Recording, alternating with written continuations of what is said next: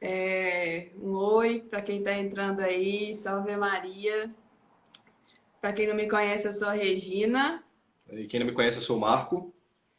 Nós somos casados, fazemos parte do grupo Acampamento Manaim.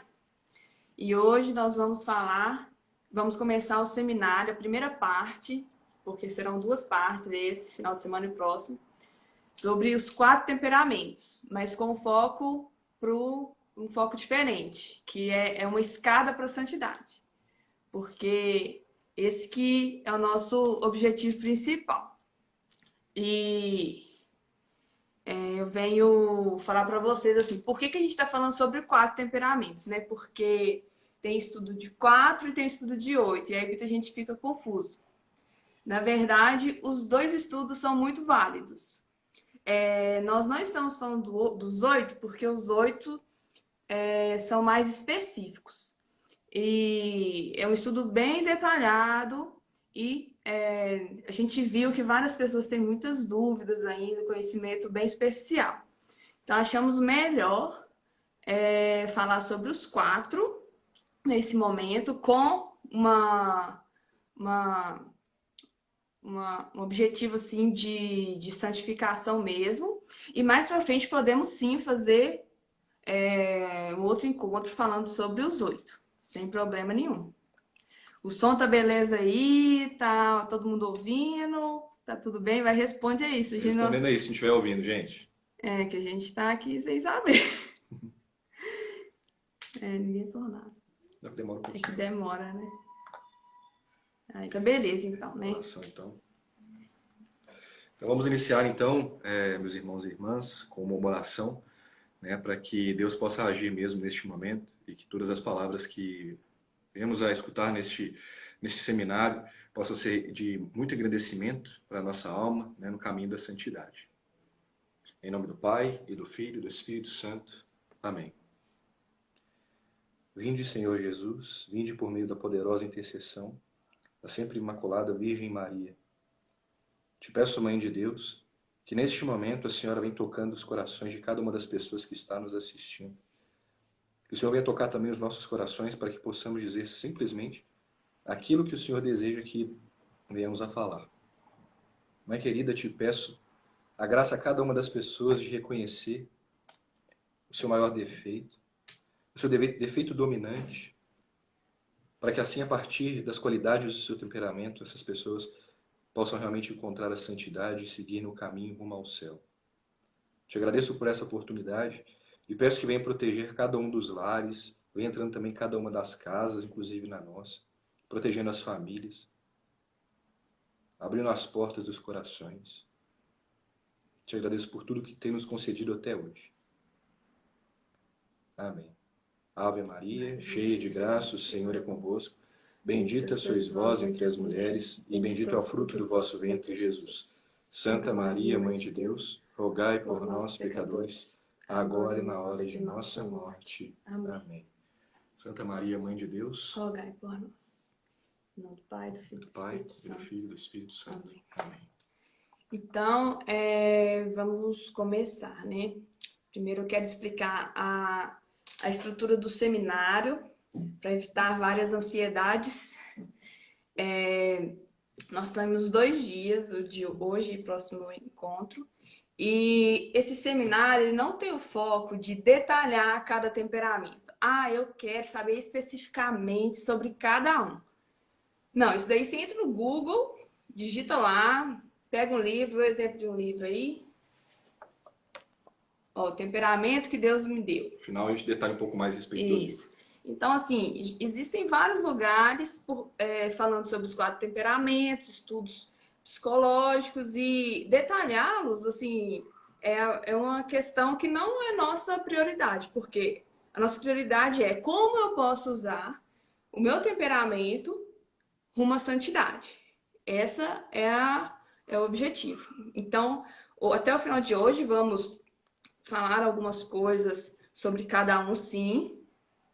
E aí, no próximo sábado, vamos falar sobre, mais especificamente, como que a gente vai fazer isso. Como que a gente vai usar cada um a nosso favor. Esse é o objetivo. E o objetivo também, assim, principal, é ajudar no nosso autoconhecimento, para a gente poder alcançar essa santidade, porque às vezes a gente fica assim, eu não sei qual que é o meu temperamento. Não, então você está precisando saber quais características principais de cada um para se autoconhecer. Ah, Regina, qual o temperamento você acha que eu sou? Sei lá. Você que tem que saber. Eu mesmo acho que fulano é, sei lá, fleumático. Aconteceu já. Eu tenho certeza que é. Aí ele veio para mim e falou assim, não, eu sou colérico. Enfim, eu não consigo ter esse conhecimento. Cada um tem que o seu próximo, né? Seu próprio conhecimento. Sendo que o grande importante, né, o grande aqui da questão aqui, é que você reconheça qual que é o seu defeito dominante. Então, realmente, aquele defeito que realmente faz parte do seu caráter, faz parte do seu temperamento, que você trabalhe isso, né, para que ele não te impeça de alcançar a santidade. Então, assim, saber o seu temperamento definitivo, assim, é exatamente isso, não é tão importante quanto saber qual é o seu defeito dominante. Isso é o mais importante. Conhecer a si mesmo, ter um pleno conhecimento dos seus defeitos, dos seus maiores defeitos, principalmente, para poder realmente buscar a santidade, buscar o céu. E para quem não sabe qual que é o seu defeito dominante, a gente está aqui para tentar ajudar um pouco. Então, vamos lá, né? E o nosso objetivo é buscar a santidade. Mas por que buscar a santidade com o meu temperamento é tão importante? Porque, na verdade, eu não nasci para ser engenheiro, macroeconomista, sei lá, advogado, mãe. Eu não nasci para isso. Eu nasci para ser santo. Eu nasci para alcançar a santidade, que é me unir a Deus. Porque não adianta nada eu ganhar esse mundo e perder a eternidade. Então, o nosso objetivo principal é alcançar a santidade. Então, é para isso que a gente vive. E aí, para alcançar a santidade, Deus vem e nos dá a graça. Ele veio e nos deu uma graça, que é uma sementinha do amor divino. E essa graça, ela ajuda a gente a agir contra a nossa própria natureza, para fazer isso, e irmos em direção a Deus. E aí, o seminário, ele fala sobre os temperamentos, na verdade, é o terreno em que essa semente é plantada. Essa semente que é uma sementinha do amor divino, que é a graça que Deus nos dá. Então, na verdade, os temperamentos são apenas uma característica do terreno. É claro que há tendências carnais, eu fiz isso, eu pequei demais para isso, aconteceram várias coisas na minha vida, e isso influencia também. E isso são outras características do terreno. O temperamento é uma, e também é importante para que a gente possa ir nesse caminho, né? E, na verdade, os temperamentos a gente pode definir como um combustível para as nossas paixões, nossos sentimentos, nossas tendências, assim, parece que tendências biológicas. Sem eu querer, eu já estou tendendo a isso. Então, na verdade, seria mais ou menos isso. E aí você vai me perguntar de onde que surgiu esses 4 temperamentos, né? Na verdade, lá 300 anos depois de Cristo, um médico chamado Galeno, ele adaptou um conhecimento lá de Aristóteles. Que Aristóteles falou que a gente tinha 4 fluidos no nosso corpo. 4 fluidos que a bilis negra, a bilis amarela, o sangue e a fleuma. E aí esses 4 fluidos definiam nosso temperamento. Só que, na verdade, Galeno mudou, falou, não é fluido, são os nossos humores. E aí, o que é, na verdade, isso? É que todo mundo tem todos esses humores. É como se misturasse tudo numa panela, tem todos os humores. E aí, o que mais sobressai é o nosso temperamento. Seria mais ou menos isso. Só que essa teoria... Essa teoria mesmo. Essa teoria, ela foi abandonada porque é ultrapassada e a gente foi evoluindo, né? Mas quando uma teoria de origem, assim, que é abandonada, não quer dizer que suas observações são falhas. Existe e a gente não sabe por quê, é algo biológico. A gente não sabe se é genético, pode ser genético ou não, mas enfim, é isso aí, né? E aí, eu peguei aqui a definição de temperamento do Frei Antônio Marim. O que é o temperamento? É um conjunto de inclinações íntimas que brotam da constituição física de um ser humano. Então, vamos lá. Conjunto de inclinações íntimas. Quer dizer, na minha intimidade, eu tenho vários tipos, um conjunto, vários tipos de inclinação. Então, vários tipos de inclinação. E só que é muito íntimo, quer dizer, a gente está falando de 4 temperamentos. Se é muito íntimo, como é que eu vou conseguir encaixar a humanidade toda em 4? Sendo que é tão íntimo. O Marco, ele também tem o seu conjunto de intimidades. Então, o que é? Cada um, vamos levar em consideração que cada um tem um percentual de cada temperamento. Algum é mais dominante, mas assim, todo mundo tem todos. Sinto muito, mas essa é a verdade. Todo mundo tem todos, e aqui o objetivo é descobrir qual é o seu dominante para ajudar nos demais. E aí, essas características íntimas, elas brotam de uma constituição física do ser humano, que é o que ele falou. E essa constituição física é como se fosse uma constituição biológica, vem de dentro, vem da raiz, é mais o nosso corpo mesmo. E é igual eu falei, pode ser genético, a gente não sabe, né? Enfim. E ele vem lá do mundo interior nosso mesmo, as paixões, sentimentos, virtudes, vícios, todas essas coisas são influenciadas. E aí, é claro que várias tendências podem vir da educação dos pais, dos pecados, dos vícios que a gente tem, mas também tem a tendência que vem da constituição física biológica, que aí, nesse caso, é os temperamentos. Mas pode vir tendências N, né? N tendências. Pode vir a tendência mesmo do ciclo de vida da pessoa, né? Sim. De acordo com as vivências, de adaptações que você vai vivendo, histórias de vida, enfim. Isso vem na sua tendência, só que aí também tem a parte biológica, que é independente do que você viveu ou não.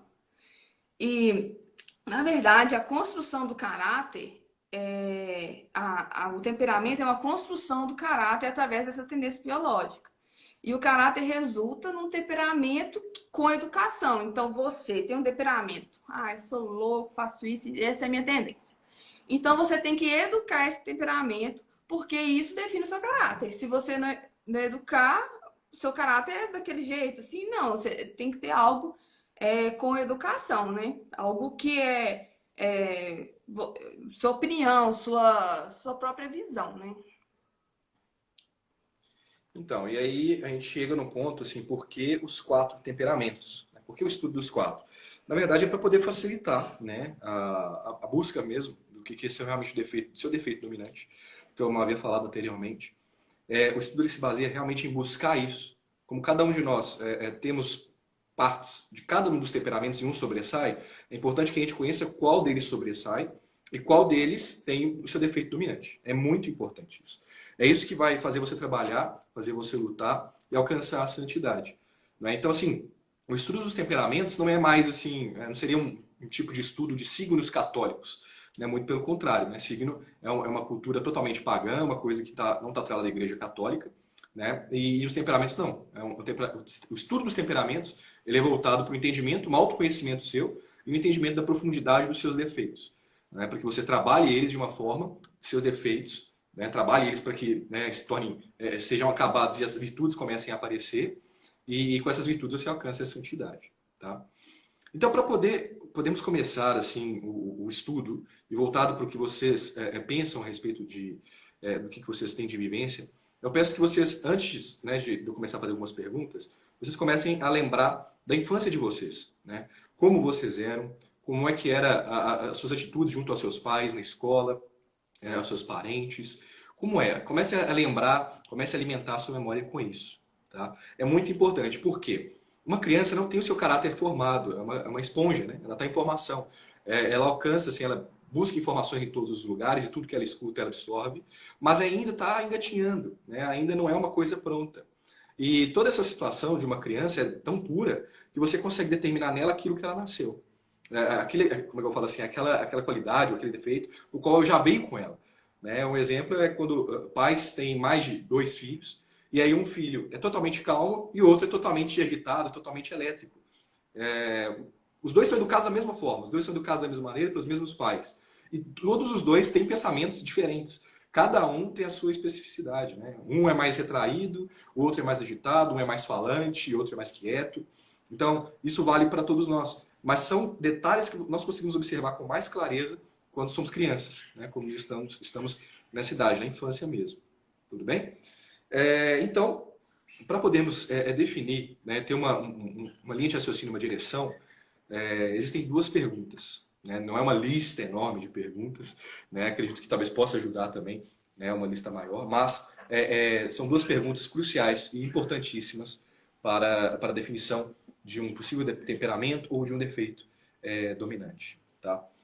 E aí, a primeira pergunta, né, eu quero que vocês comecem a refletir um pouquinho e pensar a respeito, é a seguinte. Quando sou atingido por acontecimentos externos ou me recordo de acontecimentos do passado, as emoções dentro de mim brotam com facilidade? Sim ou não? Pensa um pouquinho. Como é que é? Você, Dá exemplo. né? Por exemplo, você está numa situação na qual você sofreu uma injustiça, né? Seja na escola, seja no seu trabalho. Na verdade, vamos colocar a escola aqui porque estamos se metendo ao lado infantil, né? Nosso lado infantil, nossa criança interior. Quando você sofreu uma injustiça na infância, como é que era a sua reação? Você rapidamente tinha uma resposta, você agia com facilidade, né? Você já queria tomar uma atitude, né, com aquela situação, ou então você era mais retraído? Ou você ficava mais em silêncio, guardava aquilo para você? Como é que era? Um exemplo assim. Né? Pense um pouquinho, né? Eu já parto para a segunda pergunta. E aí, uma vez, né, que essas emoções, né, essas paixões ou excitações surgem, né, no seu interior, ela permanece por muito tempo. Então, suponhamos que ocorreu essa situação, né, um tipo de injustiça na sua escola ou na sua casa com seus pais, e aí você guardou aquele sentimento, aquilo que aconteceu com você, ficou guardado, né? Ficou aquela situação que você ficou muito tempo pensando naquilo, passou não só dias, mas anos pensando e anos se martelando com aquilo, com aquela situação, ou você simplesmente passou 10 minutos, 15 minutos e você esqueceu, deixou passar aquela situação, Dia, um né? dia, né? Que seja, deixou passar. Como é que foi isso? Né?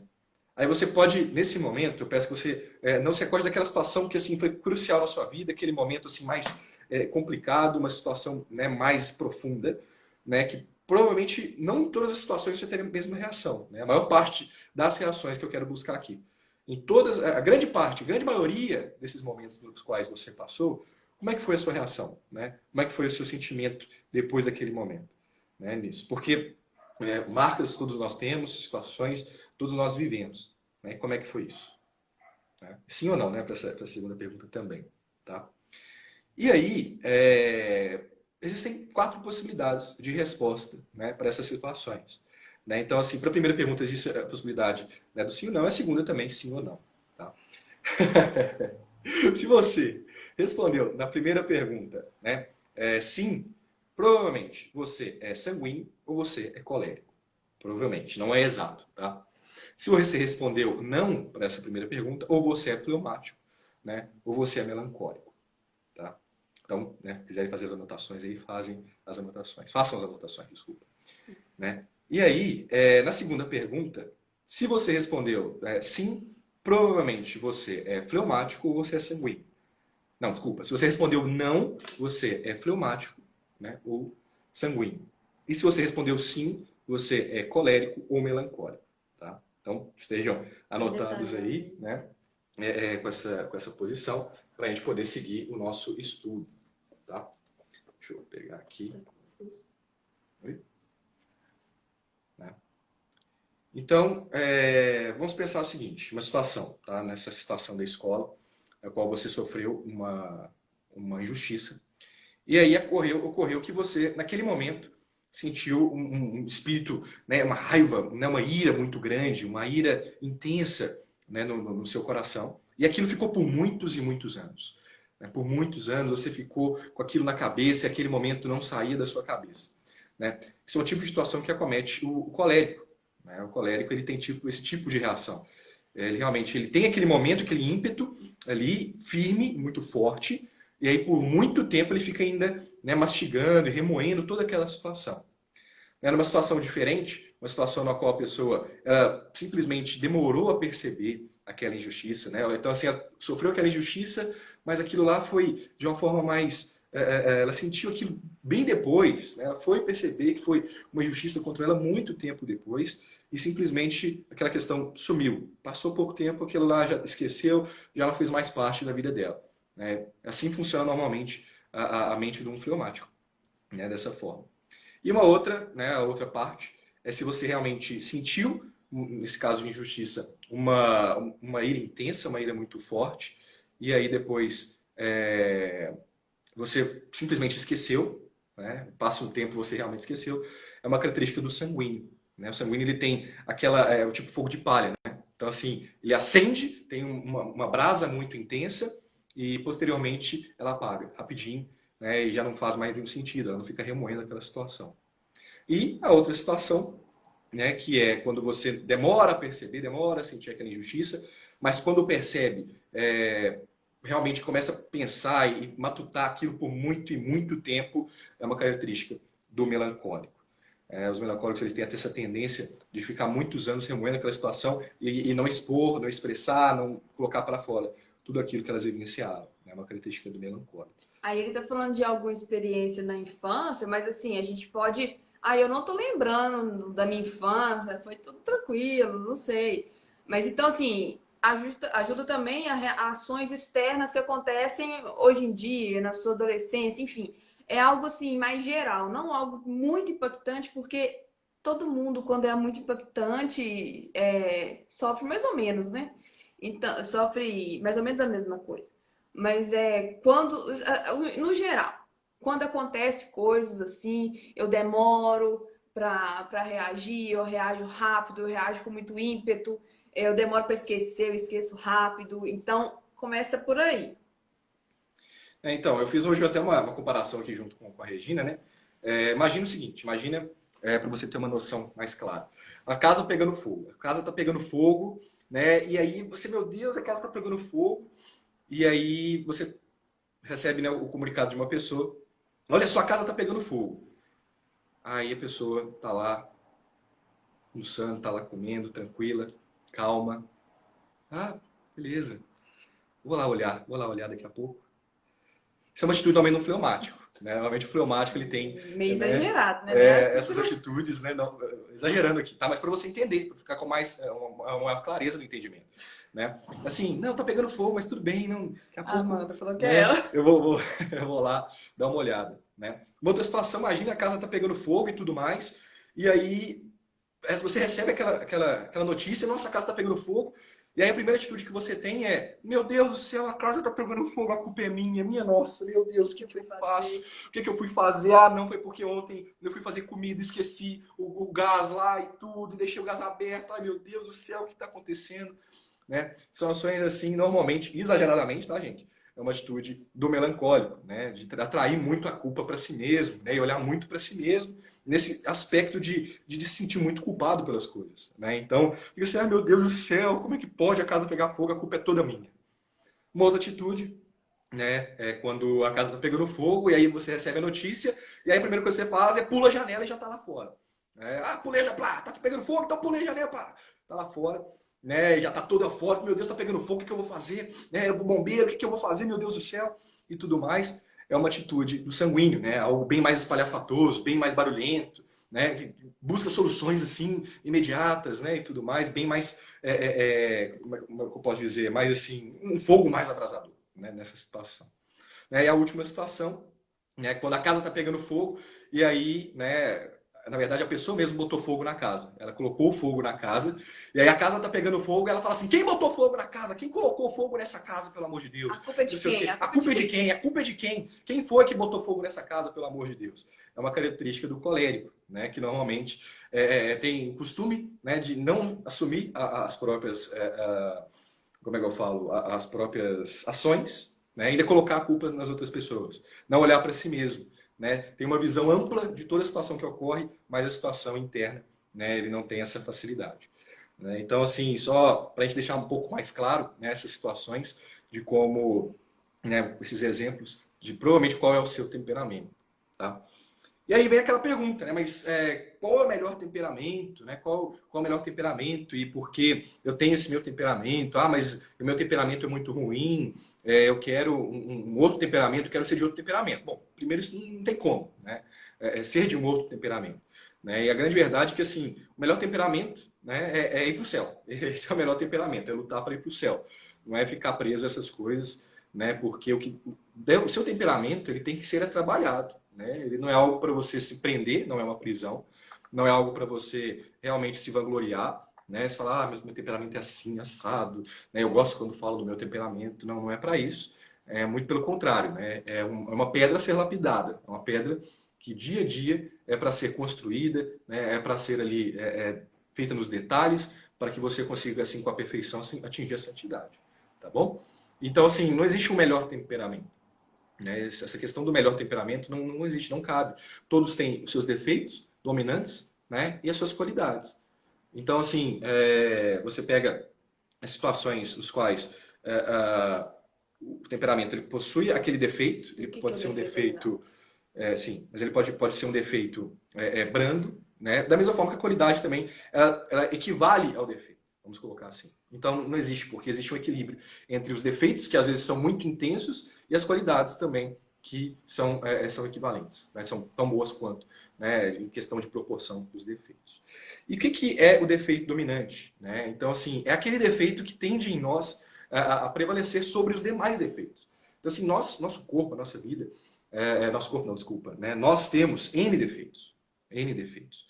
Né? Mas existe ou dois, ou três, enfim. Mas existem uma série de defeitos que seguem a mesma linha, que eles são os mais intensos. Né? São defeitos realmente que te puxam mais ao pecado, te puxam mais à tentação, te derrubam mais. Né? Esses defeitos, eles nos afastam de Deus, totalmente. Né? E é isso que a gente tem que procurar. Nós temos que saber, nós temos que conhecer esse defeito. Porque vai nos dizer São Tomás de Aquino que nós vencendo os nossos defeitos dominantes, os demais defeitos, eles vão junto também, na grande maioria deles, né? Vão junto também, e as nossas virtudes começam a refletir. Então, assim, de fato, se você vence um grande defeito que você tem, seja em qualquer âmbito que você possua, né, dificuldade de meditar, dificuldade realmente de se dedicar mais às coisas, né, dar força de vontade na oração e por aí vai. Se você consegue batalhar e vencer esses defeitos, né, esses defeitos são eliminados, o que vai sobrepor são as virtudes. As grandes virtudes vão começar a aparecer e brotar no seu coração. E é isso que é necessário. Né? Você tem que vencer esse defeito dominante, né, e conquistar as grandes virtudes. Tá? E aqui não é nada assim, igual tá todo mundo falando assim, eu não sei qual que é o meu e tal. Eu posso ter um defeito dominante de um temperamento, mas eu ter um outro de outro temperamento que juntam.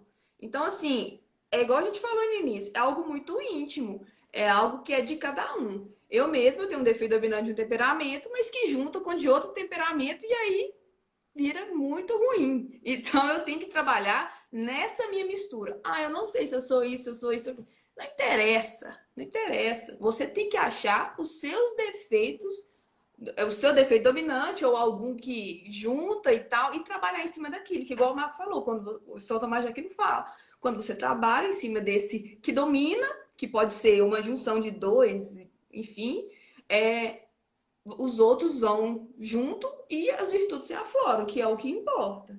Exatamente. E aí você percebe que, assim, é através do seu defeito dominante, né, que o demônio ele vai atrás de nós. Então, como é que funciona mais ou menos? Né? Há tempos atrás eu tive até uma reflexão que eu assisti, né, do Anderson Reis, que ele falava, como é que o demônio nos ataca? Imagina uma luta de MMA.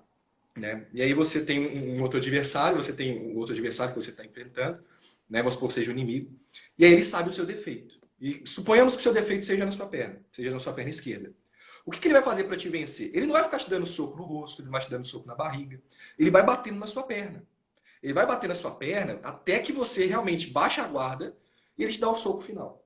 É assim que funciona, né, com o nosso defeito dominante. E os demônios em si, eles conhecem as nossas fraquezas porque eles são extremamente observadores, né?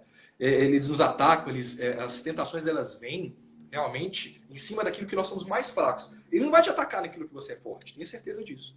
Então, assim, ele te conhece tão bem, ele conhece o seu defeito dominante. E ele vai bater, né? Pode ser que você chegue a um ponto assim de ter vencido o seu defeito dominante, de ter reconhecido e ter entendido o seu defeito dominante, estar dia a dia lutando contra ele, mas ele sabe que ali ainda existe uma fraqueza.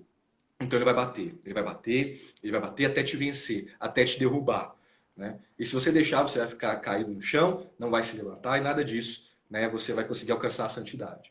Entende? Então é importantíssimo que você tenha o conhecimento do seu defeito dominante, para que a cada dia você se fortaleça mais, né? E se você tiver perceber dificuldades, né, ao enfrentá-lo, é pedindo a graça, né, é pedindo a Nossa Senhora mesmo que nos dê essa condição de vencer os defeitos dominantes, né? Porque é mais que necessário, né? Isso tudo. E, e isso tudo, você tem que colocar assim, que por mais que você tenha um defeito dominante, por mais que você realmente seja algo que comprometa toda a sua caminhada de fé, você não pode, por exemplo, a gente está dando a palestra que você reconhece, você usa aquilo como muleta, por exemplo. Você tem o costume de tratar as pessoas mal, né? Você é uma pessoa grosseira, você é uma pessoa arrogante, você é uma pessoa impetuosa que não tem, como é que eu falo? Você não tem apreço nenhum às pessoas. E aí você fala, não, porque eu sou colérico, é assim que funciona, porque a minha vida é assim, porque eu sou assim mesmo, não tem como mudar, né? Eu vi lá no seminário que realmente o temperamento tem como mudar, então é isso mesmo que eu sou, né? E não vou mudar. Não, não é assim que funciona. Você não pode usar isso como um argumento, né? Na verdade, a sua vida ela tem que ser baseada para ir para o céu. Se você ficar preso a isso, você sabe muito bem quanto você está errado. Isso, que como a gente falou, na verdade, a definição de caráter é quando você pega o seu temperamento e demais outros vícios, enfim, de provindos de outras experiências, e você educa aquilo. Isso que define caráter. Se você não educa, como é que você vai querer ir pro céu, né? Se você até o dia de hoje não começou a trabalhar isso, não começou nem percebeu isso, né, é uma grande oportunidade de você começar a trabalhar tudo isso, porque não adianta você ficar a vida inteira, né, tendo todos esses defeitos e não lutar para isso. Né? Você nasceu para ser santo, como a Regina disse aqui no início, é necessário. É necessário esse autoconhecimento para que você consiga se vencer, né, vencer a si mesmo, né, carregar sua cruz e seguir a santidade. Né?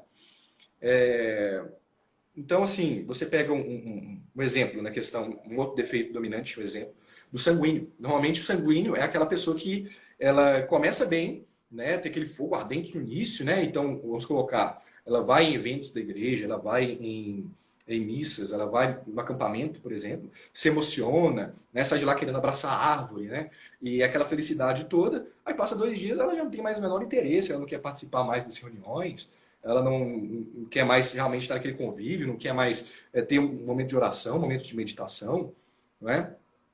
É um tipo de defeito que, se não trabalhado, né, o caminho não é o céu, de forma alguma. Né? Quem foi para o céu sem perseverar, né? Quem foi para o céu realmente sem ter um pouco de luta, né? Um pouco de vivência mesmo da fé. Né? Vamos colocar aqui então, um exemplo. São Dimas, você fala, mas São Dimas foi salvo lá no último momento da cruz. Né? Mas São Dimas, no último momento, ele acreditou, ele confiou que era Jesus Cristo. Não foi só um momento ali que ele teve aquele sentimento ali com Jesus e morreu e foi para o céu. Não, ele acreditou, ele confiou plenamente. Né? Jesus, conhecendo o coração dele, levou ele para o céu naquele mesmo dia. Né? Então a gente não pode se prender a essas coisas.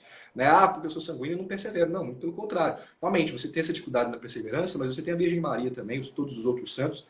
Quantos santos de exemplo, né, podemos usar aqui para poder realmente colocar, né, para poder te ajudar e ser como referência, ser um sinal mesmo, um farol, para te guiar nessa vida de santidade, que você não pode se apegar simplesmente aos seus defeitos. Né? E se a pessoa não perseverar, ela não vai para o céu. E quantos santos sanguíneos que a gente conhece, né, que foram para o céu? Então, é a questão da educação. Né? Você tem que vencer a cada dia todos esses seus defeitos e trabalhar as suas qualidades. Trabalhar firmemente nas suas qualidades, dia a dia, porque as suas qualidades elas têm que se tornar grandes virtudes, né, para que você realmente faça o seu apostolado aqui na Terra, faça o que é necessário, o que Deus te confiou aqui mesmo, para alcançar a santidade. Então, assim, você tem que focar nos seus defeitos somente para vencê-los. E nas suas qualidades para que elas se engrandeçam, para que elas se tornem algo maior, né, para Deus, né, nosso Senhor. Tá? Então, nós vamos começar aqui falando um pouquinho, né? Como a gente disse, nós não vamos entrar em detalhes dos temperamentos, nós vamos falar um pouco de cada um deles aqui, para te dar um norte, para tentarmos, né, nós vamos tentar aqui te dar um norte para você seguir nesse caminho de santidade, tá bom?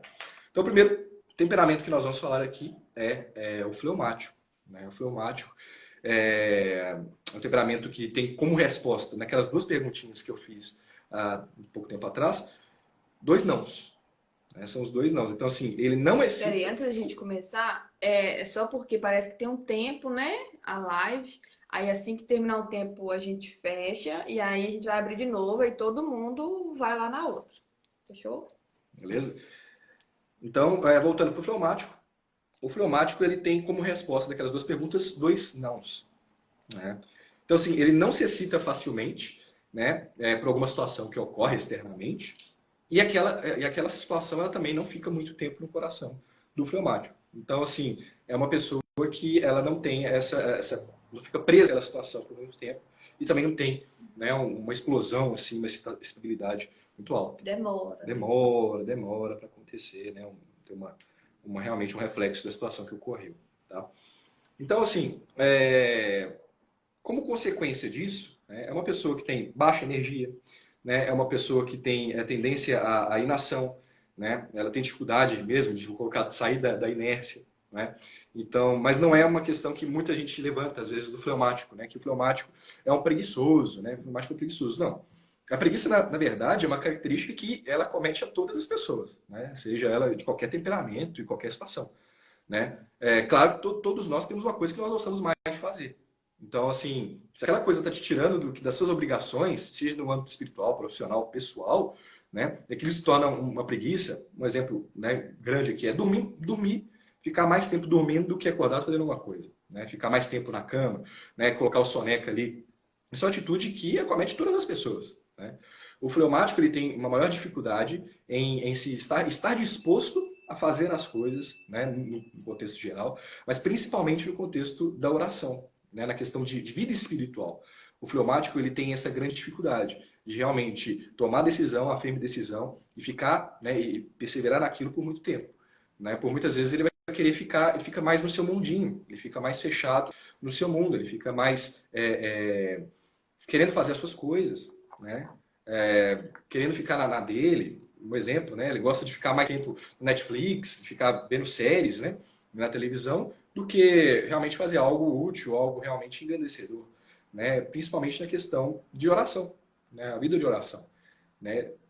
Na vida do fleumático é necessário ter esse momento de meditação, um momento com o Nosso Senhor, com a Nossa Senhora, que por muitas vezes ele não tem essa vontade, né, amor? Tem essa grande dificuldade. Né? É o grande defeito dominante. Ele não consegue sair da inércia.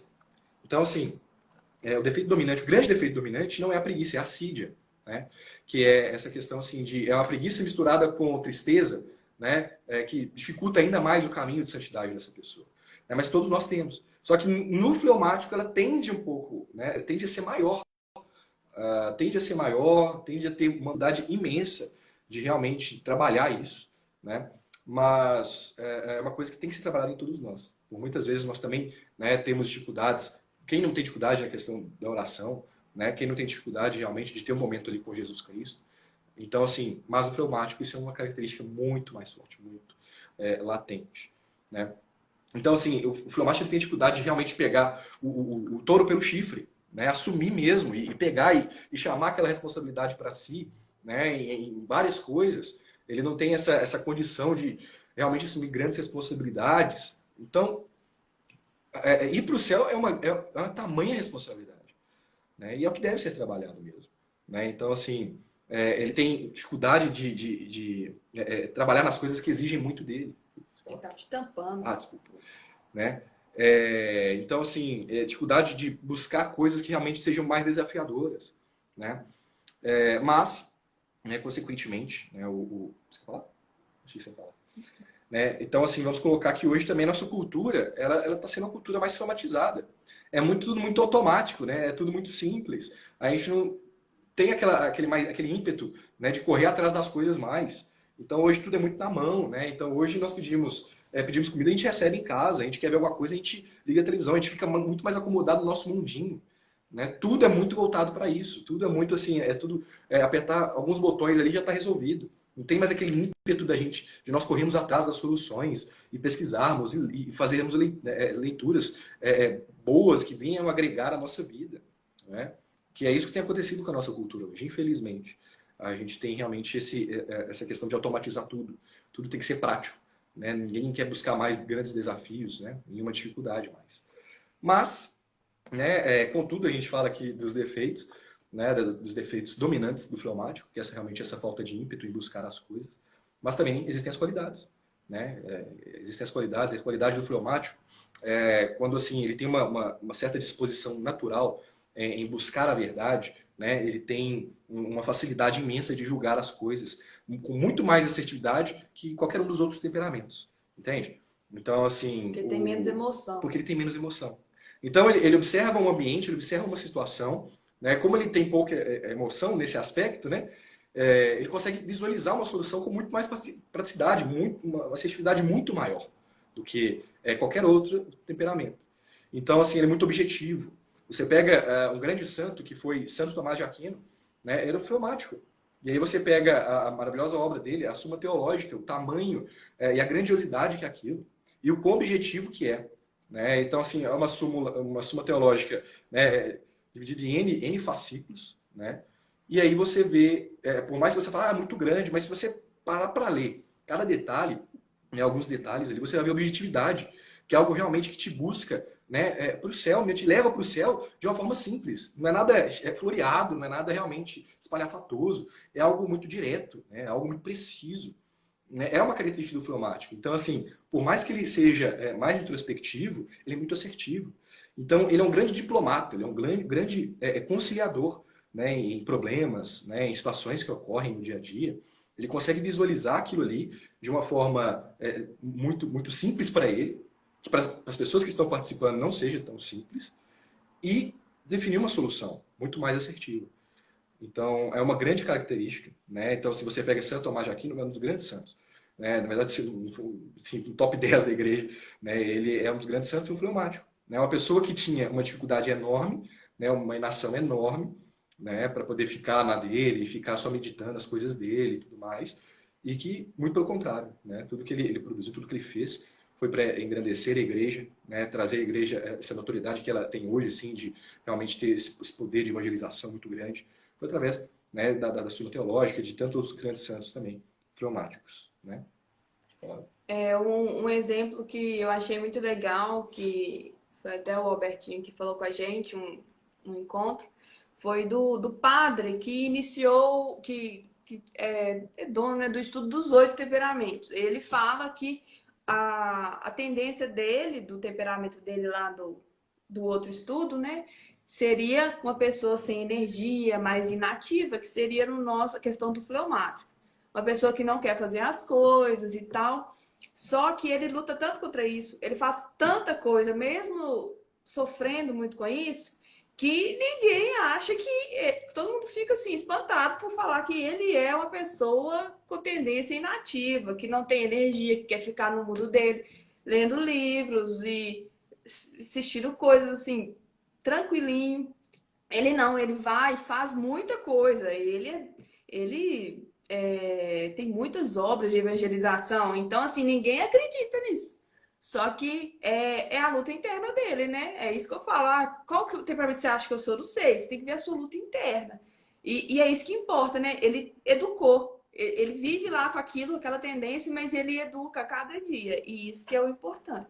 Né? No caso aqui é o padre, mas você tem que pegar realmente esses exemplos, né? Porque não se prenda, né, aos seus defeitos. Muito pelo contrário, lute contra eles. Né? É mais que necessário. E a grandiosidade, o que você pode trazer para a nossa Santa Igreja, né? Tanto para você quanto para as pessoas que lhe cercam, com tudo isso. Né? Porque imagina se você realmente ficar preso aos seus defeitos, né? Cada um com seus defeitos, né? Quantas pessoas vão se afastar de você, né? Nesse ponto, né? Tipo assim, você não vai realmente fazer o trabalho de evangelização que Nosso Senhor nos pede. Né? Você pega o trabalho de São Tomás de Aquino, o quão necessário foi para a igreja, para o seu crescimento. Né? E aí, uma outra questão também do fleumático, que ele tem uma busca, né? Assim, tem que ser motivado a buscar a verdade, né? Ele tem que ser motivado a buscar a verdade a todo tempo, né? E quando ele encontra a verdade e aquilo entra no seu coração, aquilo realmente se transforma, né? Ele é capaz de morrer por aquilo, né? Ele é capaz de morrer pela verdade, né? Capaz de morrer pela igreja e pelo nosso Senhor. Sem Então, emoções. sem emoções, né?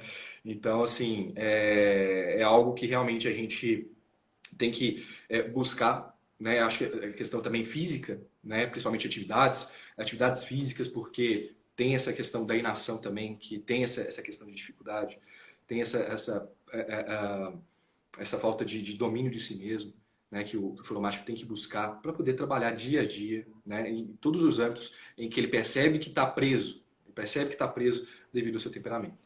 Então, né, fica aí, né, para os filomáticos, né, quem se reconheceu com esse defeito dominante, mesmo que não, talvez não seja, pode ser um outro temperamento, um secundário, mas se você percebeu aqui, realmente que você tem essa inércia, né, de ficar parado, essa vontade de ficar sem fazer nada, de ficar mais introspectivo, ficar mais no seu mundinho, né, é o momento, né, você começar a trabalhar, você começar a buscar realmente vencer esse seu defeito. Tá? Então, assim, não serve somente para os filomáticos, serve para qualquer pessoa que tem também esses defeitos, tá bom? Mudando um pouco. Hã? Ah, sim. Então, um exemplo, né? A minha esposa aqui, a gente acredita, né, acredito eu que seja fleumática, né? E aí houve um momento nas nossas vidas, né, no qual a Regina ela teve realmente esse conhecimento da verdade, né? Ela teve essa motivação e ela conheceu através do acampamento. E aí nós namorávamos na época e tudo. E ela chegou pra mim, né? A gente já namorando quase 2 anos. Ela chegou pra mim, amor, né? A gente brigava muito, muitas discussões e tudo mais. Ela virou pra mim e falou assim: olha, ou a gente vive a igreja, né? A gente vive a igreja plenamente a partir de agora, ou a gente termina nosso namoro.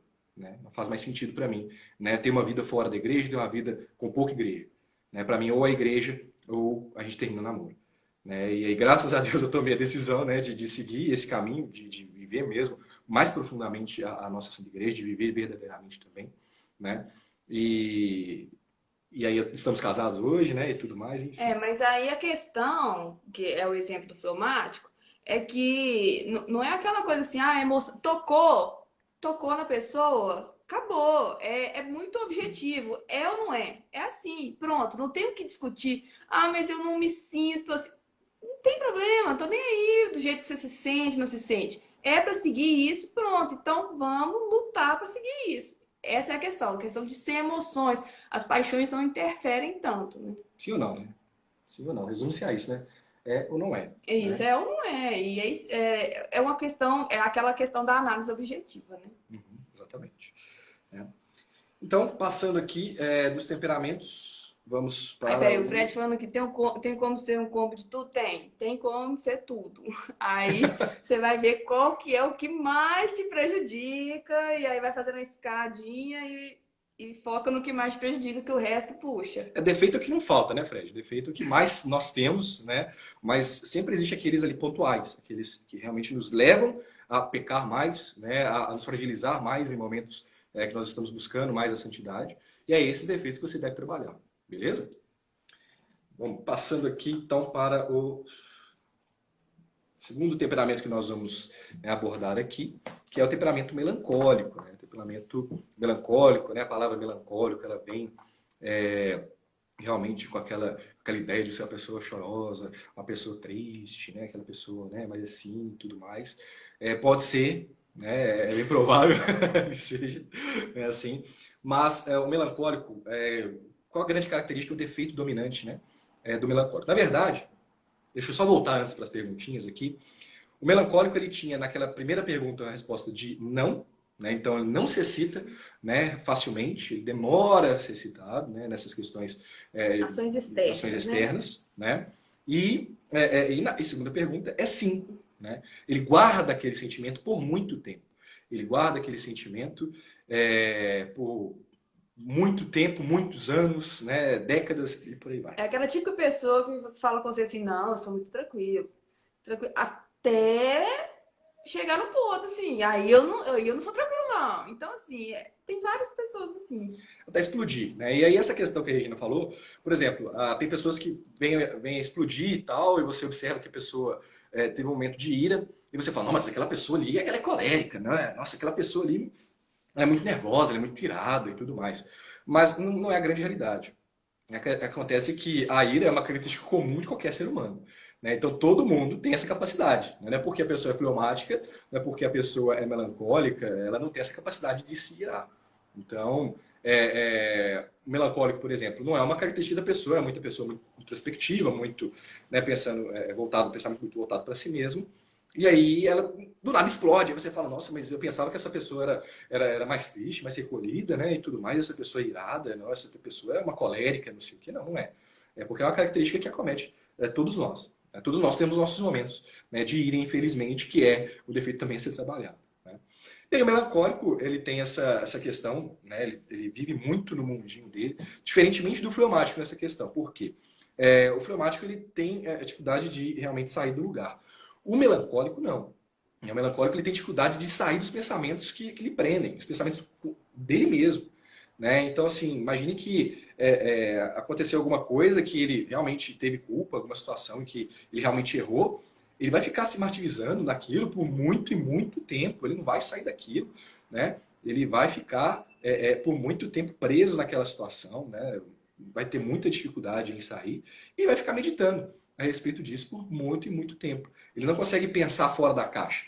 Então, um grupo de amigos está tendo uma discussão, e uma discussão, em algum momento, alguém foi e atacou ele de alguma forma, ele não vai retrucar, ele vai guardar aquilo para ele, normalmente, e vai ficar, né, maquinando aquilo por muito e muito, remoendo, por muito e muito tempo.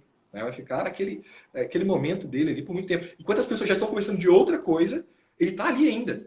Ele está ali ainda, trabalhando e ali, e remoendo, e sentindo dor, e ficando triste, e enfim.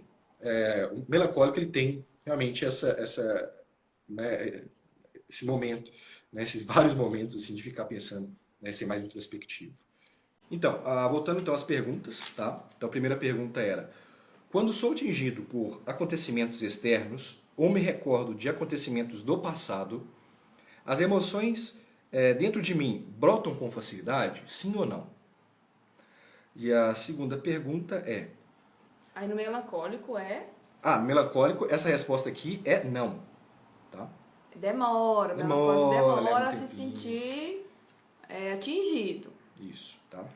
E a segunda pergunta é: uma vez que essas emoções, paixões ou excitações surgem no interior, ela permanece por muito tempo, sim ou não? Né? No melancólico a resposta é sim. Né? Ela permanece por muito tempo, muitos anos. É aquela questão, ele... parou aí, gente?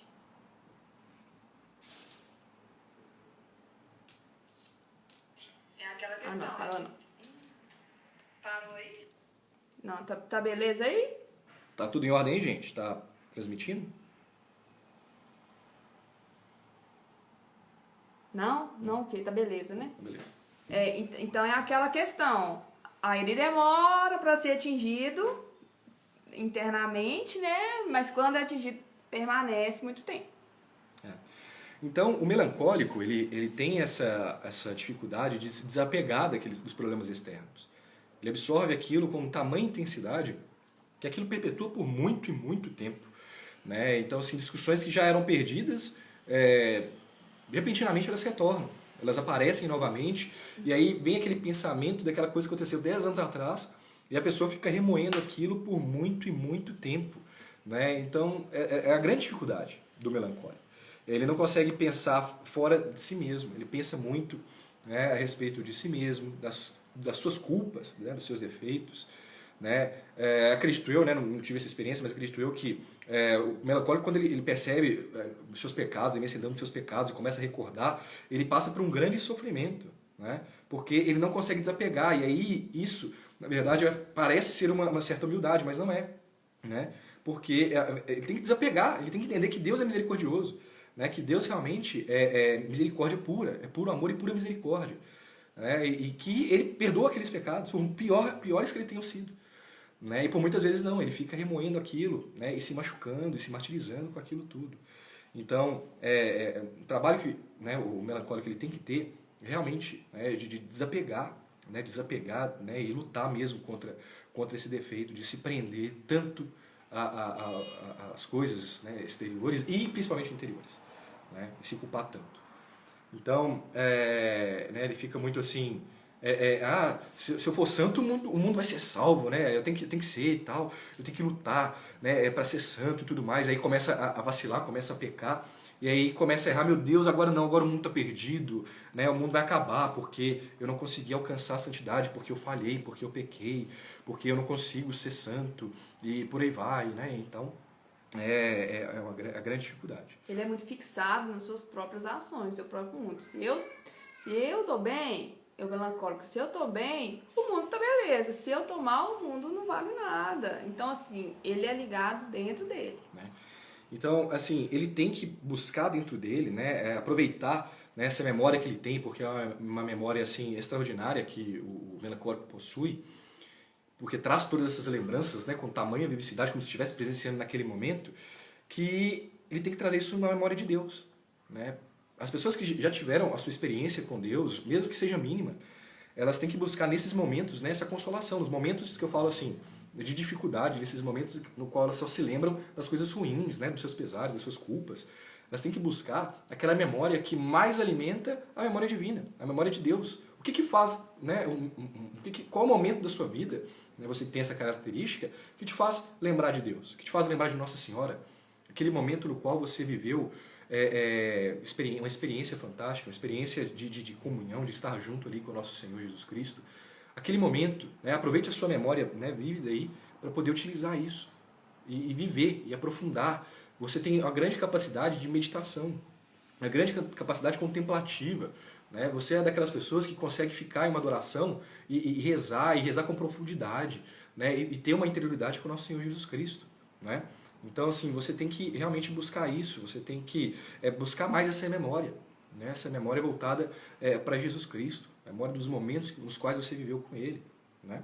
Então, você tem que realmente buscar isso e largar, né? Essa questão, essa memória de si mesmo. Né? Que tantas vezes... é o defeito dominante. Que é o defeito dominante. Defeito dominante do melancólico é a memória de si mesmo. Ele lembra tudo referente a ele mesmo. Né? E buscar isso, né? Buscar realmente vencer esse defeito. Né? Então, se você tem... Quando criança, né, você tinha realmente esses pensamentos, você era mais introspectivo, né?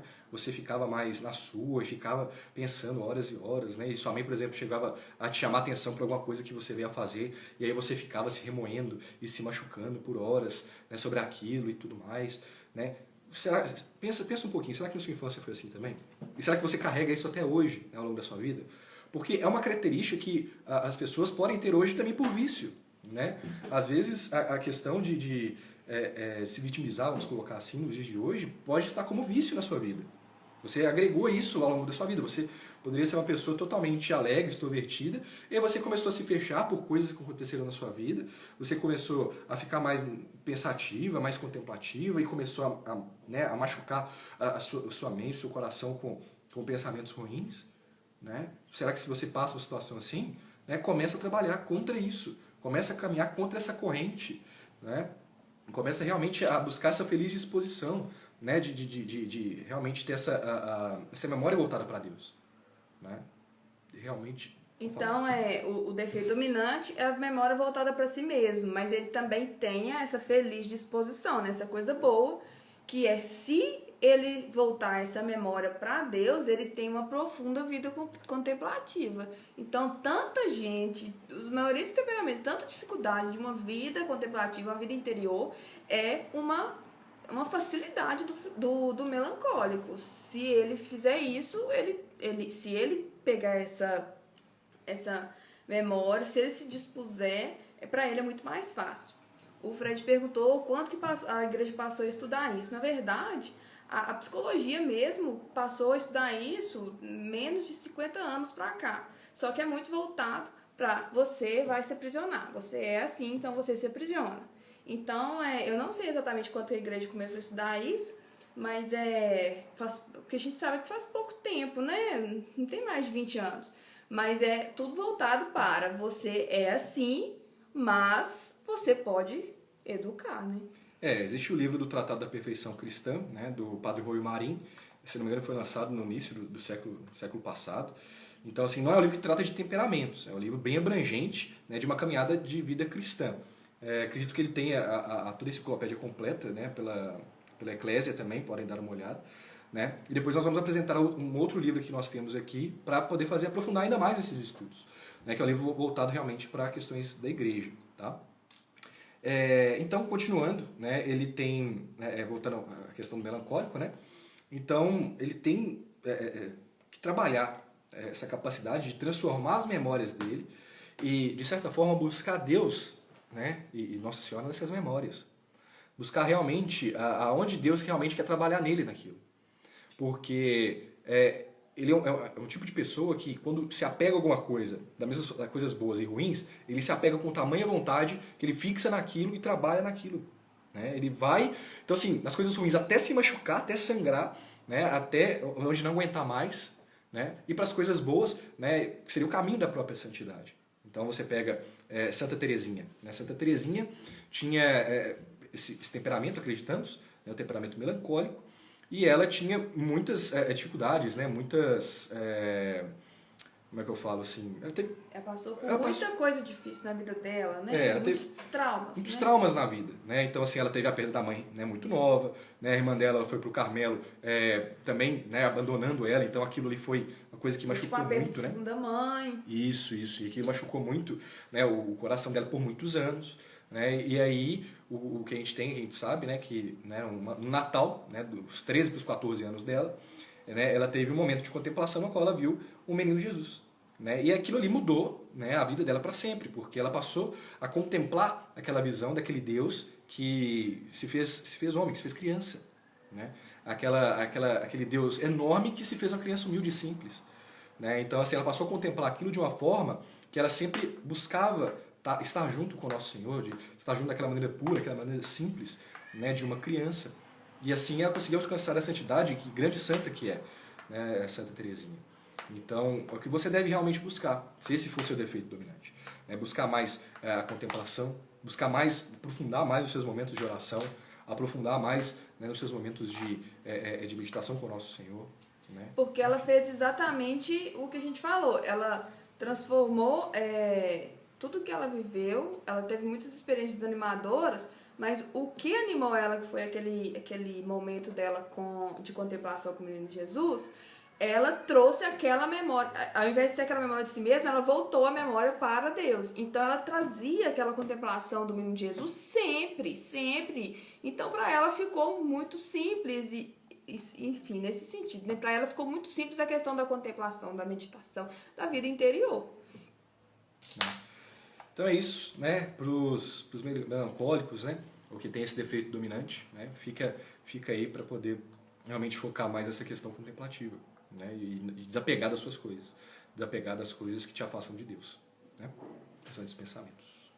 Aí agora a gente vai falar do sanguíneo, que eu acho que 80% das pessoas que eu conheço se falam sanguíneos, mas como a gente falou, a pessoa não é totalmente, é uma parte só, né? E aí voltando naquelas duas perguntas, quando a pessoa sofre ações externas, ela reage no mesmo momento, ela não demora para reagir.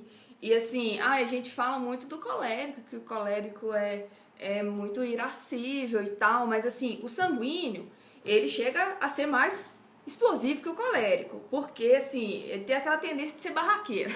Não sempre, né? Claro. Mas é o famoso fogo de palha. Ele explode naquele momento. Claro que pode ser, cada um é de uma maneira, né? Mas a reação dele é muito exuberante naquele momento. Só que aí depois ele esquece. Ai, meu Deus, o que eu fui fazer? Ai, eu fiz isso com fulano, eu vou ter que pedir desculpa, pedir perdão. Então, assim, esquece. Essa é a característica, né? E aí, ele é muito ligado aos sentidos. Muita gente fala, colérico é muito... o sanguíneo é muito sensual. Não é que é só a questão sensorizada, né? É mais a questão sensorial, né? Ele é muito ligado aos sentidos mesmo. Tudo, o que ele consegue viver, o que ele consegue sentir, é muito isso. Tanto que numa reunião, você tá na reunião com um sanguíneo, você custa a seguir aquilo. Quando é um fleumático, um melancólico, eles querem seguir aquilo que foi programado. Agora o sanguíneo não, ele vai e começa a viajar em vários outros assuntos. Não que não sejam importantes, mas assim, ele não consegue ter aquele foco. Ele lembra de uma coisa que chamou a atenção dele, então ele vai falando de várias outras coisas. Ele vai falar sobre algum assunto, vai expor algum assunto. Se ele não tiver muito bem definido, ele vai falar de vários outros assuntos. Então, isso é uma característica, né? E, assim, ele é aquela pessoa boa praça, amigo de todo mundo. E aí, assim, a opinião das pessoas, o que elas pensam sobre mim é muito importante. Então, eu quero parecer uma pessoa bacana em sentidos que eu acho importante. Às vezes até mais do que ser. O parecer para o sanguíneo é muito importante, porque a opinião das pessoas importa. Né? Então, assim, eu quero que todo mundo me ame, eu sou boa praça. Eu não quero que aconteça isso, senão eu vou ficar muito envergonhado. O que fulano vai pensar? Eu vou passar muita vergonha, eu vou ficar muito envergonhado. Porque essa questão da superficialidade, né? Da questão sensorial. E aí, um grande exemplo de santo sanguíneo é Santo Agostinho. Ele era orador na época lá, é uma profissão assim que ele tinha que falar para muitas pessoas para convencê-las de algo, sei lá, em algum negócio, enfim, várias coisas, várias pessoas contratavam ele para algo assim. E aí ele era muito cativante e ele se importava muito com aquilo, ele achava que as pessoas veem ele, achar ele muito bom, aquilo era um máximo, né? E aí ele ficou sabendo de um bispo que era um grande orador, que era Santo Ambrósio. Aí ele falou assim, não, eu vou atrás desse bispo porque eu quero melhorar, eu quero ver o que ele tem de tão bom para ver se eu consigo agregar alguma coisa a mim, né? E aí a gente sabe, quem não sabe, né, também que Santo Agostinho, ele teve antes da conversão, ele teve uma vida com a sexualidade muito desregrada, enfim... Teve filho, né? Teve filho, sem casar e tal, várias coisas muito ligadas aos sentidos mesmo, né? Mas não que isso é exclusivo do sanguíneo, isso é ser humano, né? Mas o sanguíneo tem uma tendência biológica, que os outros podem ser por outras realidades. E aí, ele foi ver esse bispo, e aí ele foi atingido pela verdade. Só que aí, quando ele descreve, depois dos escritos dele, o que é a verdade? Aí ele fala, a verdade é bela. Por quê? É aquela questão do sentido, assim, foi o que eu vi, é muito bela. E aí, ele, ao invés de só ficar contemplando, assim, a beleza, precisa de meditação, que é uma dificuldade, né? E aí, ele fala muito no livro Confissões dele que eis que o Senhor estava dentro e eu procurava fora.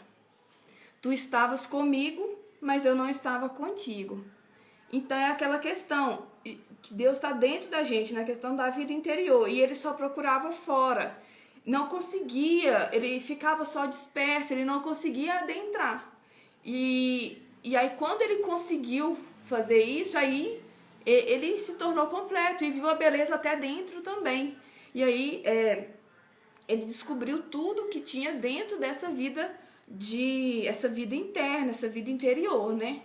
E no livro Confissões também existe um momento no qual ele percebe que ele tem que desapegar dos próprios pecados, né, para poder realmente buscar o caminho de santidade, mudar de vida. E aí o relato dele é assim, mas nunca mais, né? Então assim, se referindo ao pecado, né? Nunca mais. Então você vê esse espírito realmente de ficar em cima do muro, né? De que eu quero as coisas de Deus, mas ao mesmo tempo eu não quero abandonar as coisas do mundo. Né? Então esse aspecto, né, de fidelidade, assim, vamos colocar dessa forma. Então, essa é a grande dificuldade. Por mais que ele entendeu, ele percebeu que ele é verdade, ele não consegue contemplar, não consegue aprofundar naquilo. Aí a Amanda perguntou se o sanguíneo pode ter uma forte luta com a vaidade. Com certeza, a vaidade, tipo assim, tudo, na verdade, o que a gente conhece, né? Tudo é vaidade. Se eu importo muito que uma pessoa veja que eu faço isso, se uma pessoa fez isso comigo e foi uma coisinha, eu já importo. É importante como as pessoas pensam de mim, não só na vaidade no sentido de se arrumar, mas no sentido geral. É importante o que as pessoas veem em mim. Então, é uma luta muito forte, sim, com a vaidade, né? Tanto que aí o defeito dominante do sanguíneo é a infidelidade e a falta de perseverança. Aí nisso entra a dispersão e a falta de vida interior. Ele fica tão disperso, qualquer coisa dispersa, porque ele é muito ligado aos sentidos, que ele tem uma dificuldade enorme de vida interior. Então todo mundo é sanguíneo. Não, gente, não é assim, né? Cada um é de uma maneira. O sanguíneo é mais pela dispersão e tal. E aí, como eu falei também, às vezes uma pessoa pode ter um defeito dominante que junta com um segundo e vira um complô de defeito dominante, né? E aí você tem que batalhar contra esse conjugado, né? E aí, em contraposição disso, ele tem a feliz disposição de ser facilmente atingido pela verdade que vem de Deus. Então, o sanguíneo é uma pessoa atingida muito facilmente, se ele souber procurar, ou seja, se ele procurar a verdade de Deus, não focar nas consolações e comoções. Por quê? O sanguíneo, ele gosta aqueles encontros que me emocionam, que me comovem, e às vezes, a maioria das vezes não foca na verdade, que é o que realmente interessa, né? E aí ele tem que adquirir essa vida interior. Apenas de adquirindo a vida interior é que ele consegue. Aí tá complexo, né? Para facilitar, né? Tem um caso, né? Um exemplo de um monge lá do deserto. Eles viviam em celas, né? E aí a função deles era jejuar, fazer vigília de oração e tal. E aí um monge chegou pro abade dele, que é tipo o orientador lá do lugar, né? E falou: olha, eu não tô conseguindo fazer vigília, fazer oração, não consigo jejuar, não tô conseguindo fazer nada. Então seria melhor eu sair daqui e ir lá naquela casa de doentes ajudar, e aí eu também, aí eu consigo fazer uma caridade, porque aí eu consigo fazer algo bom, né? Aí o abade percebeu, na verdade, qual que era a luta real, né? Aí ele virou e falou assim: não, você não precisa rezar, não precisa fazer oração não precisa jejuar não, você não pode sair da sua cela. Aí que ele viu o problema, porque na verdade o que o sanguíneo quer é essa dispersão. E o que tem que buscar é ficar dentro da sua cela. Não que, é claro que com equilíbrio, né, gente? Mas é aquela questão, né? Ele tem dificuldade de ficar consigo mesmo, de ter aquela questão contemplativa, fica só na superficialidade.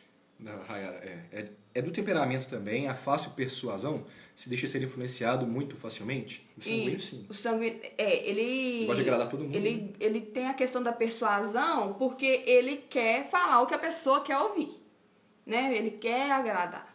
Então ele tem, sim, ele tem uma facilidade de pensar o que pode agradar a outra pessoa, porque é o que interessa para ele. Então ele tem que ser uma fácil persuasão e influenciado facilmente pelas questões externas. Facilmente persuadido. É claro que tudo é desenvolvido com virtude também, né? A virtude pode vir por cima de tudo. E como a Amanda falou assim, a tendência é ficar muito na superficialidade, né? E aí, como ele tem essa tendência da dispersão, da falta de perseverança, e é necessário meditar, ter uma vida interior, uma coisa muito boa, uma prática muito boa que pode ajudar muito, é a Lexio Divina, que a gente não vai detalhar muito aqui, mas é uma meditação na palavra de Deus. Você lê algumas vezes aquela palavra, escolhe algum versículo, vê o que aquilo influencia na sua vida ou não, medita sobre os acontecimentos daquele dia. Então, assim, mexe com a parte sensorial e te ajuda. E aí, Isso é uma questão muito boa, é algo muito bom. Quem quiser entra no Google e tem vários lugares que ensinam direitinho. E aí essa questão de focar na vida interior foi o que Santa Teresa d'Ávila fez. A gente sabe, não todo mundo, mas assim, tem várias histórias dela que ela não conseguia se concentrar na Santa Missa, mas ela ia do mesmo jeito. Ela teve que se trancar no Sacrário? no sacrário, ela teve que se trancar no sacrário para conseguir adorar. Por quê? Ela tinha muita dificuldade com a dispersão e tal, só que ela lutou contra isso. E aí ela ficava lá mesmo assim, mesmo assim. Então é nisso que o sanguíneo tem que se espelhar. E aí o sanguíneo é aquela pessoa assim, ai, eu vou ver uma pregação, ou então um momento de oração, aí chega lá, ele é tocado. Sanguíneo é tocado. Por quê? Porque ele é facilmente tocado pela verdade de Deus. Aí ele é tocado, aí chora, arrepia, tem toda aquela consolação que é possível, é lícito, é ok ter, não tem problema. Só que no dia seguinte ele já nem lembra por que ele chorou, por que ele teve aqueles arrepios, ele nem lembra por que daquilo. Aí o que ele vai fazer? Aí ele vai rezar de novo, mas ele vai rezar para ter outra consolação. Ele quer a consolação. Aquilo de novo. E ao invés de procurar a verdade. E na verdade, se Deus te tocou em algo, foi algo de verdade, sim, mas aí você tem que continuar naquilo. Essa questão das consolações é muito ligada. A gente pode fazer a referência como se um homem tivesse uma namorada. Aí ele não ama essa namorada, ele ama as sensações que essa namorada dá pra ele. Então, quando essas sensações acabam, ele vai buscar outra namorada. Isso é algo que a gente acha correto. É muito ligado à questão sensorial. Então, você tem que buscar aquela verdade que te tocou no momento sensorial, que seja, e roer até o osso. Fica lá, roendo até o osso. Porque, na verdade, qual que é a questão? Quando você você vai em reza, você tem consolação. A vida de oração íntima começa com consolação. Só que vai passando, vem a aridez, que é natural, é normal. Você começa a não sentir as coisas, você não sente mais aquele tanto de coisa, o que prejudica o sanguíneo. E aí você continua naquilo porque você sabe qual que é a verdade. Aí você passa a mudar, você passa a não buscar mais, a sua tendência passa a não buscar mais a consolação, mas passa a buscar Deus, porque às vezes você fica preso aos dons de Deus, as sensações de Deus, não ao Senhor dos dons. Então, a gente tem que procurar sempre o Senhor, então tem que direcionar toda essa busca. O Fábio perguntando aqui, sanguíneo é o temperamento que sofre mais? Não, Fábio. Na verdade, assim, todos os temperamentos eles sofrem, né? Porque assim, a partir do momento que você descobre seu defeito dominante, você vai sofrer bastante para poder superá-lo. Então, todos os temperamentos têm seus defeitos, né? E aí o sofrimento vai ser de acordo com o sofrimento, né? O defeito dominante que a pessoa tiver. Então, assim, não é o temperamento que sofre mais. Todos sofrem, né? O sofrimento é para todos, né? E aí você vai sofrer de acordo com o defeito dominante a partir do momento que você começar a lutar contra ele. Beleza? Mas se para você é mais difícil a questão da dispersão, da perseverança, pode ser que seja seu defeito dominante, é por isso que tá falando que sofre mais, entendeu? É mais nesse sentido. E aí, o que a gente não pode, o que o sanguíneo não pode deixar é uma coisa que Deus falou pra ele à tarde, de manhã ele já esqueceu. Então não pode, é que eu realmente esqueci, eu esqueci, então deixa eu voltar, eu tenho que voltar naquilo. É uma luta mesmo, cada um com a sua luta, né? Então, esse aí é o sanguíneo. Aí vamos para o colérico. Aí o colérico, aí a gente volta aquelas duas perguntas. Quando você tem... Posso ler? Vou ler as duas perguntas Não, aqui. Vai ficar mais fácil. Quando você tem ações externas, que te influenciam em algo, o colérico, ele é igual ao sanguíneo, ele reage na hora. Só que o colérico não é tão exuberante quanto o sanguíneo. O sanguíneo é assim, a tendência é de ser o barraqueiro. Não todo mundo, né, gente? Mas aí o colérico ele reage na hora. Só que ele reage, e pode ser interior ou não, mas ele reage rápido e é muito profundo. É muito profundo. E acende a luz aí. E permanece muito tempo. Então, ele é igual também o melancólico na questão de permanecer muito tempo. Continua e ele não esquece, vai remoendo. Só que ele tem... o Marco é colérico, por exemplo. Aí se ele fala alguma coisa, eu faço uma cara feia, ele explode, tipo assim. Qualquer reação, qualquer ação externa, o colérico é muito explosivo mesmo. Então é algo que tem que ser visto, né? Aí a gente pode falar que ele é o mais rico de qualidades. O colérico tem muita coisa, muita qualidade, só que aí tem mais dificuldades também, né? É muito ligado, porque ele é muito impulsivo. Impossível. Não é impossível, não. É impossível. Impulsivo.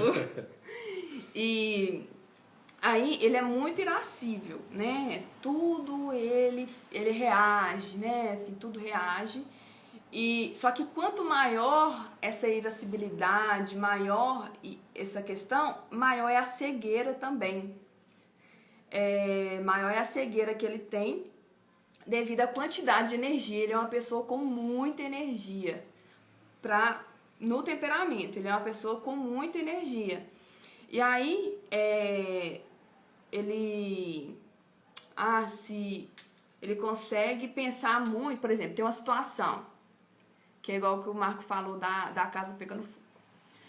Acontece essa situação, ele consegue analisar muito rapidamente o que acontece. Ele analisa rapidão, e aí analisa com assertividade, sim.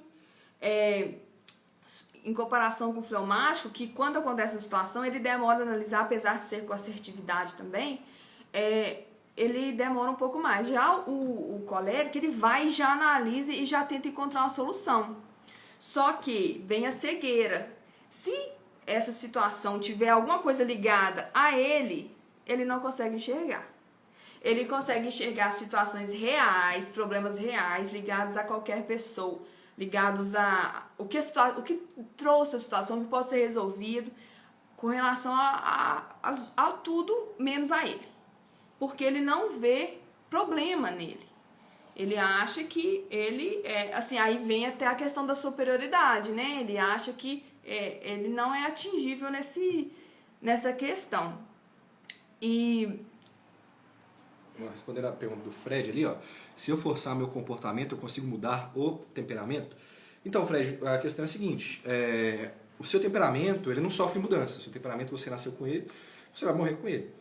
Né? O que pode acontecer é você, ao longo da sua vida, a sua personalidade, que é diferente do temperamento, ser trabalhada para uma outra linha.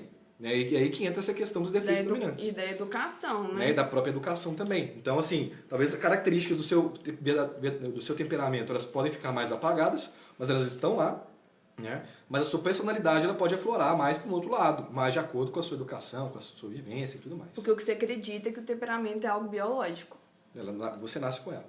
Então, assim, não tem como mudar. Você tem como trabalhar isso em você. E algo que poderia ser muito ruim agora, antes, agora pode ficar mais brando. E aí você pode forçar nesse aspecto, né? Através do seu dia a dia. Você pode forçar uma característica que não é do seu temperamento. E aí sim, a sua personalidade pode agir naquilo e tudo mais. Né? E aí, na questão do colérico, ele tem uma cegueira muito grande quanto a si mesmo, mas os problemas que ele enxerga realmente existem. Quer dizer, ele tem muito essa questão da sagacidade, realmente existem. O problema é se tiver algo relacionado a ele, aí ele não consegue ver. Aí um exemplo é a história do rei Davi, é uma das histórias, né?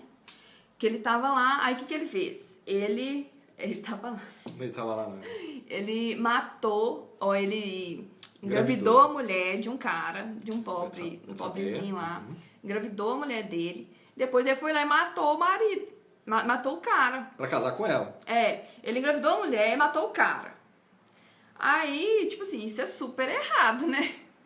Aí o profeta Natan, que era muito ligado ao rei Davi, Muito sábio também. muito sábio, ele sabia dessa cegueira do rei Davi, que se ele chegasse e só falasse assim, aqui está errado e tal, o rei Davi ia trazer várias circunstâncias que justificariam o que ele fez. Porque é isso que o colérico faz.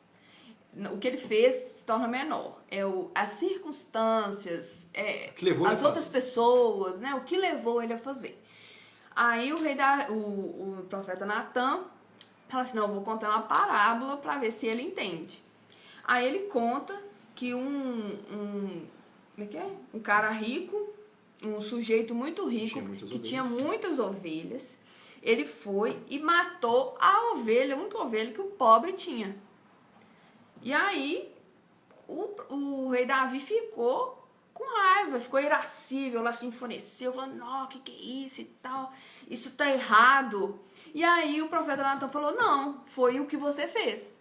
Foi exatamente o que você fez nessa situação da mulher desse cara. Aí que o rei Davi começou a entender. Se arrependeu, né? E aí é essa questão. Para você discutir com um colérico, você tem que ir fazendo todo um meio de campo, e aí de repente você vira a mesa contra ele, que ele realmente não consegue sair. Fala assim, não, realmente fui eu. Só assim, então dá muito trabalho. E ainda assim, né, quando, mesmo você percebendo que ele estava errado, né, ele começa a se vitimizar, né, que entra nesse ponto, né. Ainda existe a questão também do vitimizar, mas mas você tem que ver que eu sou um pobre coitado, é porque é isso. Aí começa as circunstâncias. Né, porque ele já ele até reconhece, mas ele começa a buscar outras, como é que eu falo, começa a questionar outras coisas, né, começa a apontar outras situações. Porque aí, como eu falei, ele não vê os defeitos de si mesmo, mas aí ele vê o de todo mundo. E aí ele tá certo e o resto do mundo é errado. E aí vem a questão da superioridade. Ele se sente superior, ele se sente no direito de analisar as pessoas, de julgar. E aí vem a feliz disposição. Ele tem uma capacidade de análise, de energia nas situações, ele tem uma ótima capacidade de análise. Ele vem e analisa tudo muito rápido. Tá no trabalho, tem um problema lá, ele consegue analisar muito rápido. E ele tem a proatividade, ele consegue ser rápido, a sagacidade, a determinação, então ele vem muito nisso, né? E aí o defeito dominante é que ele não usa essa capacidade de análise, de energia para ele mesmo, que aí vem a cegueira. Respondendo aqui que a Amanda falou, se é possível termos um temperamento diferente de nossos pais. Na verdade, tudo são teorias psicológicas, que pode ser que você não tenha temperamento dos seus pais, mas puxe algo dos seus avós. Mas assim, é teoria, né? Exato, né? Não pode ser hereditário, é bem provável, mas com certeza, né? Então... o que falam é que é hereditário, que você geralmente puxa de um pai ou do outro, ou dos avós, como várias outras características biológicas. E aí, a maior consequência dessa distorção do colérico em relação à cegueira é que ele distorce a análise com relação às pessoas. Ele é ótimo analisando situações, mas com relação a pessoas ele é péssimo, porque ele fica cego. E aí ele começa a pecar contra a caridade com relação ao outro, não vê o lado do outro. Então, aí vira uma dificuldade muito grande, né? E aí um exemplo de santo colérico é São João Bosco. Ele conta de um sonho que ele teve com 9 anos, que aí tinha Nossa Senhora no sonho e uns outros meninos lá. Aí os meninos começaram a blasfemar a Deus, falar um monte de coisa e tal. E aí quando ele viu aquilo, ele ficou com muita raiva. Não, eles não podem fazer isso e tal. E aí ele foi lá e começou a bater nos meninos, começou a esmurrar os meninos e tal. Pra quê? Pra fazer eles aprenderem a não fazer isso e parar de ofender a Deus. Foi por isso, foi uma atitude ok, né? Mas foi uma atitude colérica. Mas aí Nossa Senhora veio pra ele e falou assim, aqui, não é desse jeito que você tem que fazer, não. Aí o que ele devia fazer? Aí ela falou pra ele, né, que ele devia falar com os meninos e mostrar o tanto que o pecado que ele estava fazendo é feio. E aí convencê-los desde dentro. e aí fazer surgir a verdadeira virtude. E não ter um reinado de ódio, né? E aí isso pode prejudicar muito a questão da análise do colérico. Ele vê uma pessoa fazendo algo errado, ele começa a ofender a pessoa, pode ser não pessoalmente, né? Mas começa a ofender a pessoa, aquela pessoa não vale nada, e começa e tal. Sendo que, na verdade, você tem que ter a caridade. Aí uma dificuldade do colérico é ter essa questão da caridade com o próximo. É um exemplo da nossa vida aqui, né? Eu não posso ver jornal aqui em casa, né? Assim, qualquer jornal, que eu começo a ficar revoltado. Então é algo que eu tenho que tirar da minha vida. Então se você pode não ser colérico, pode ser qualquer outro temperamento, você tem esse tipo de reação, você vê um jornal e fica revoltado com o que acontece, qualquer notícia, né? Seja notícia de um bandido que roubou na casa, não sei o quê, e você já fica revoltado, é uma coisa que tem que ser tratada, viu, meu amigo? E eu tô tratando, tá? Eu tô desligando a TV, não tô vendo o jornal. Então, se você é colérico ou não e tem esse tipo de atitude, trabalha nisso, mas é um tipo de atitude que é um defeito, né? Aí um outro exemplo de santo, São Francisco de Sales, que ele era muito irascível desde a juventude dele. E aí o que ele fez? Ele conseguiu segurar a sua ira, e aí ele ficou conhecido pela mansidão. Que aí é o que a gente fala da questão da educação do temperamento, que é a resolução de caráter, né?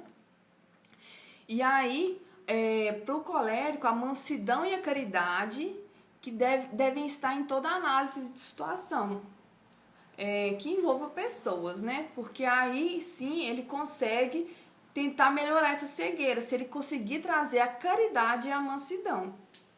E mesmo quando ele tem culpa, assim, evidente, ele fala que a culpa é dos outros. Então coloca nas circunstâncias, né? E aí, para ter vida interior, que aí é uma outra questão, né? Ele coloca...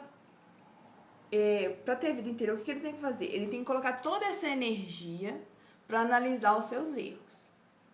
Porque através da análise dos seus erros, ele vai conseguir mudar as coisas. O melancólico, ele só fica analisando seus erros. Já o colérico, não, ele não analisa. Então, ele tem que trazer toda essa energia para a análise dos seus erros. E aí, ele consegue analisar as situações da verdade de Deus e tal e tudo mais. Que aí torna algo muito poderoso ele conseguindo fazer isso. E ele só vai conquistar tudo isso pela humildade e mansidão. Porque a humildade, ele tá lá em cima. O colérico se acha o melhor de todos. Várias vezes a gente fala assim... eu não sei o que eu sou. Então o que você acha do temperamento melancólico? Você pensa, é colérico, o cara não suporta nem falar do melancólico. Tipo assim, ele se sente muito superior, né? Então ele tem que vir através da humildade. E Deus, ele quer mostrar que não é desse jeito, é do outro jeito. Então o colérico tem que se deixar ser contrariado por Deus. Através dessa contrariedade que ele vai conseguir ser humilde e ver que ele não passa de um servo inútil. Então, acabou. E aí, vamos ficar a reflexão, assim, para todos, né? O que a gente percebeu... Quantas horas? Dá tempo. O que a gente percebeu? Que, na verdade, todo mundo tem tudo. Todo mundo tem todos os temperamentos. Não tem como eu me enjaular em um temperamento. Marco falou que eu sou fleumática.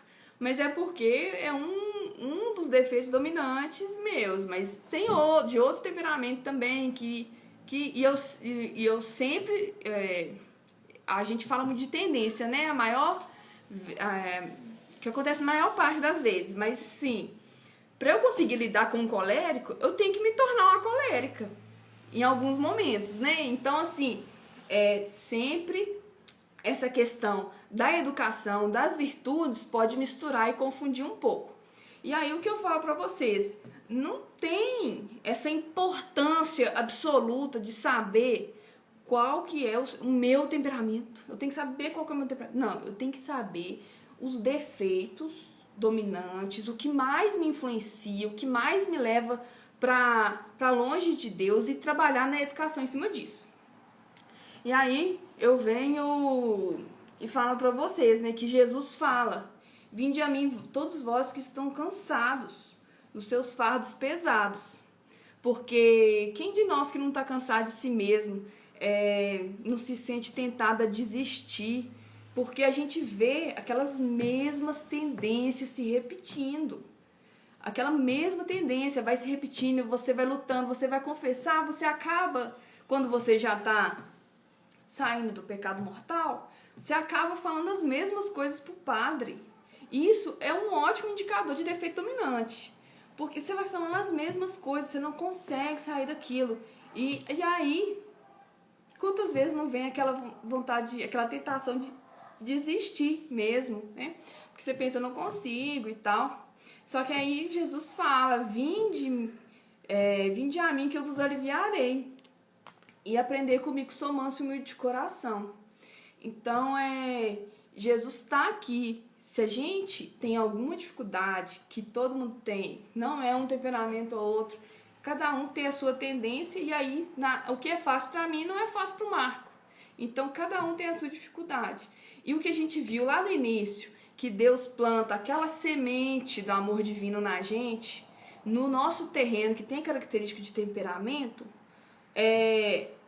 Deus dá a graça. Então, Ele está aqui para nos ajudar. Se eu não buscá-lo, aí não tem como. Aí eu vou ficar nos estudos psicológicos mesmo. Eu só vou descobrir e vou ficar preso aqui. E aí, é isso, né? Bom, é isso, né, gente? Então, nós ficamos aqui dando esse momento, com oração, né? Nós vamos finalizar com uma oração, né? Pedindo essa graça de Deus para que Ele realmente venha, né, nos guiar. Calma, não sai, daqui a pouco não sai tem os ainda avisos. nós vamos avisar ainda, tá? Tem os avisos, né, do Manaim, tá bom?